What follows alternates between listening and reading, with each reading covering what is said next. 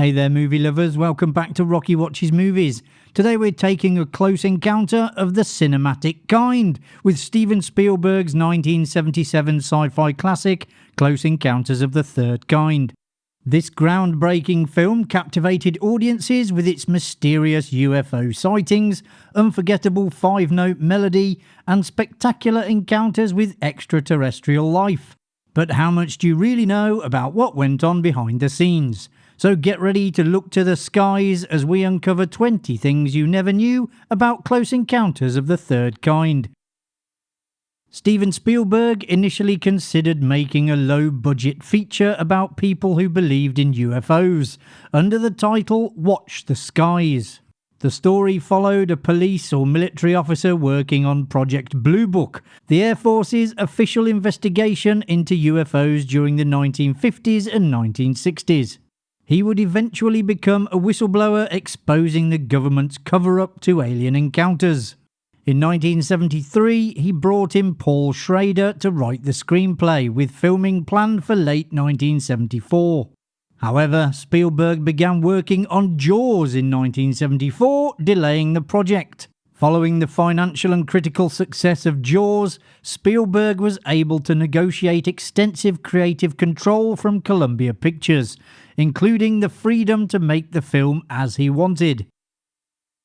Taxi Driver writer Schrader's screenplay, titled Kingdom Come, was heavily criticised by Spielberg, who considered it one of the most embarrassing screenplays ever submitted to a major film studio or director.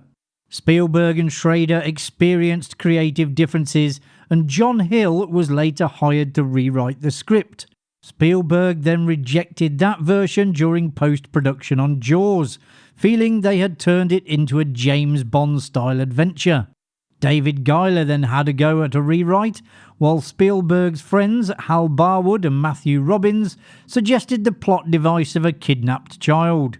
Spielberg then began writing the screenplay himself, with the song When You Wish Upon a Star from Pinocchio influencing his approach. During pre-production, the title was changed from Kingdom Come to Close Encounters of the Third Kind.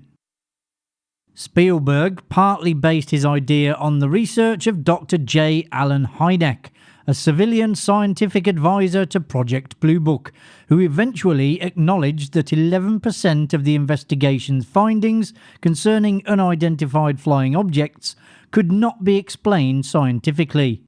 The film's title was taken from Hynek's own classification system for alien close encounters. A close encounter of the first kind involved simply sighting a UFO. The second involved physical evidence proving the existence of an alien.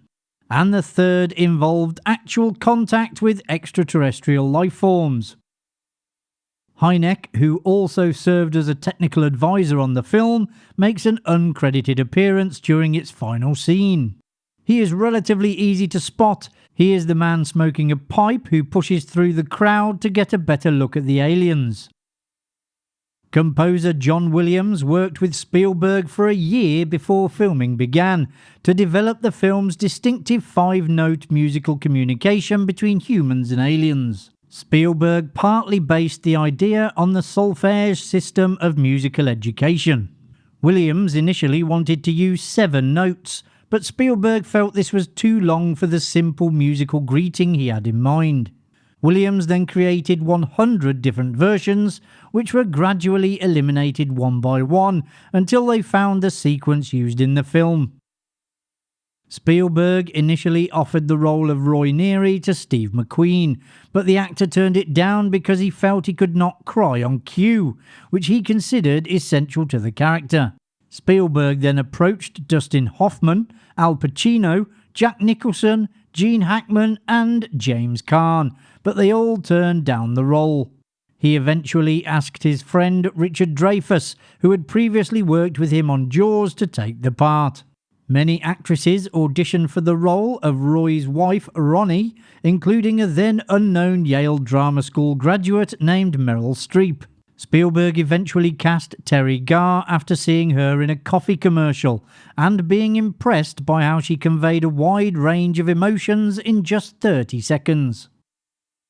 CGI was originally considered to create the aliens and their spacecraft. An animator, Colin Cantwell, created a CGI test showing 3 UFOs floating over a stadium. The single-shot test took 3 weeks to complete and was one of the earliest examples of CGI created for a film.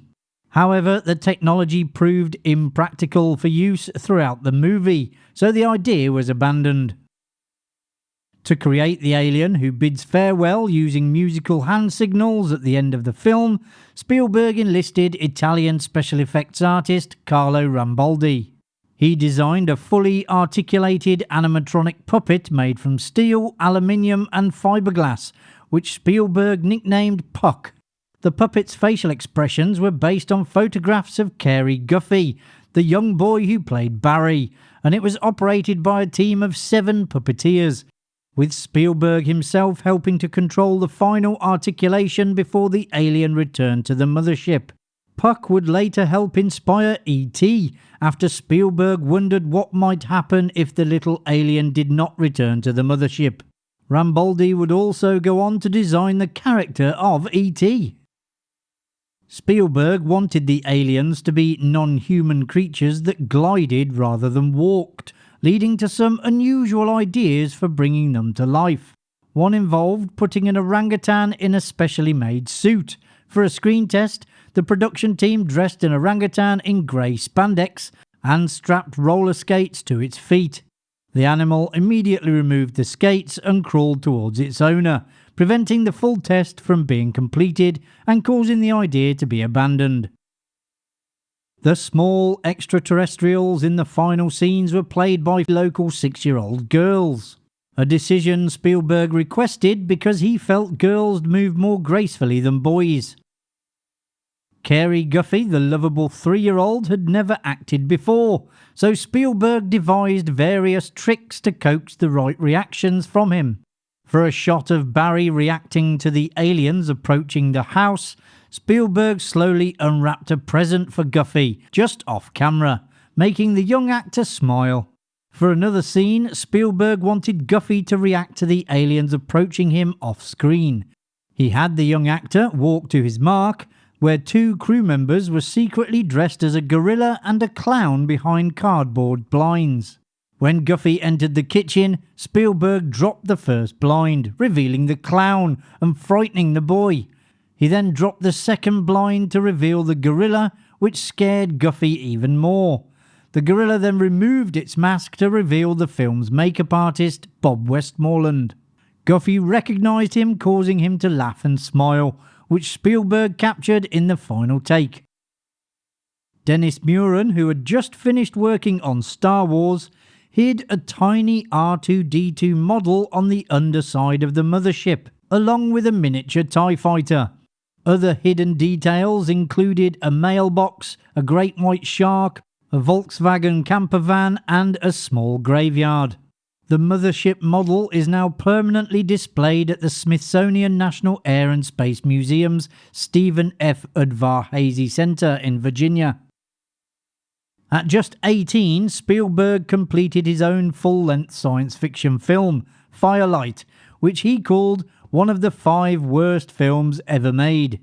The film follows a mysterious alien encounter and invasion. Spielberg used this as early inspiration for Close Encounters, and apparently some scenes from it were later said to have been incorporated into Close Encounters, almost shot for shot. Years after making the film, Spielberg admitted that he would handle Roy Neary's decision to leave his family very differently. He reflected that he had made the film before becoming a parent, and said that, if he were making it after having children, he would never have had Neary abandon his family to join the aliens aboard the mothership. In her scathing Hollywood memoir, You'll Never Eat Lunch in This Town Again, producer Julia Phillips blamed Spielberg for much of the stress she experienced while working on Close Encounters. Phillips, who was eventually fired during post-production as her cocaine dependence began affecting her work, described Spielberg as a precocious 7-year-old and claimed that his demands contributed to her increasingly stressful emotional state and drug problems. Spielberg wanted to release Close Encounters in the summer of 1978, which would have given him more time to edit the film and complete its special effects. However, Columbia Pictures was experiencing serious financial difficulties and insisted on a November 1977 release. As a result, Spielberg had to deliver a final cut of the film he felt was not completely finished. 3 years later, the studio allowed him to finish the film on one condition: he had to show the inside of the mothership, giving the studio's marketing department a new selling point. Spielberg agreed, adding new scenes while cutting others to create the special edition. However, he remained unhappy with the newly added sequence and later removed it for the collector's edition home video release. Close Encounters received 9 Academy Award nominations at the 50th Academy Awards, including Best Director for Steven Spielberg, Best Supporting Actress for Melinda Dillon, Best Original Score for John Williams, Best Visual Effects and Best Sound. It won 2 Oscars. Vilmos Zsigmond took home Best Cinematography, while Frank E. Warner received a Special Achievement Award for Sound Effects Editing. The Neary family home at 1613 Carlisle Drive East was actually purchased by the production for $35,000, allowing the filmmakers to make whatever changes they wanted to its interior. After filming wrapped, the house was sold for $50,000, generating a $15,000 profit that was returned to the film's budget. Spielberg and his friend George Lucas both had films coming out in 1977, with Lucas preparing to release his ambitious space adventure, Star Wars. Lucas believed his film might not even recoup its budget, while he was convinced Spielberg's latest movie would become another huge success following Jaws. The pair made a friendly wager, agreeing to give each other 2.5% of their respective films' profits. Lucas dramatically underestimated Star Wars. The film went on to become one of the highest grossing films of all time when adjusted for inflation, while Close Encounters ranked at number 71. The difference between their respective earnings from the bet eventually amounted to around $40 million. A novelisation of Close Encounters of the Third Kind was released alongside the film in 1977. Although the book was credited solely to Steven Spielberg, it was actually written by best-selling author Leslie Waller as a ghostwriter. Waller's involvement was kept off the cover, with the novel published under Spielberg's name to capitalise on the director's growing profile following the success of Jaws. The book closely follows the film's story, but also contains additional material and character details that do not appear on screen. A revised edition was later published to coincide with the 1980 special edition, incorporating some of the changes made to the film. And there you have it, folks. You now know a little bit more about Close Encounters of the Third Kind. If you enjoyed the video, which I presume you did as you got this far, hit that like button and subscribe so you don't miss any future videos coming to Rocky Watches Movies. Thanks for watching. I'll see you in the next one. Bye for now.